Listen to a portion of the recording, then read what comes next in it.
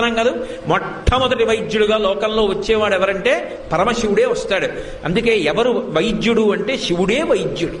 వైద్యో నారాయణో హరిహి, శివకేశవుల మధ్య భేదం ఉండదు. నారాయణుడే వైద్యుడు. అందుకే యజుర్వేదం అంతటిది రుద్రాధ్యాయంలో ప్రథమో దైవ్యోభిషగు అహీశ్చ సర్వాంజం భయం అంటూ మనం అభిషేకం చేస్తున్నాం కదా. కాబట్టి శంభో సమస్త సుఖములకు ఆయనే కారణం. అన్ని సుఖాలు అనుభవించి అనుభవించి అనుభవించి అన్ని సుఖాలు అన్న మాటకు అర్థం ఏమిటో తెలుసా నేను చెప్తున్నది? వేదం అంగీకరించినటువంటి సుఖాలు అని. అంతేగాని కనబడ్డ సుఖాలన్నీ అనుభవించమని కాదు నా ఉద్దేశ్యం. వేదము ఏది అనుభవించవచ్చని చెప్పిందో ఆ సుఖములన్నీ అనుభవించాక ఇంకొక సుఖం రావాలి ఆఖరణ. అది రాకపోతే ప్రమాదం. ఏమిటా సుఖం? వైరాగ్య సుఖం రావాలి. అవన్నీ సుఖాలండి, ఎన్ని మాటలు, ఇవన్నీ అనుభవించాను. ఏమండి, అయ్యో చక్ర పొంగలి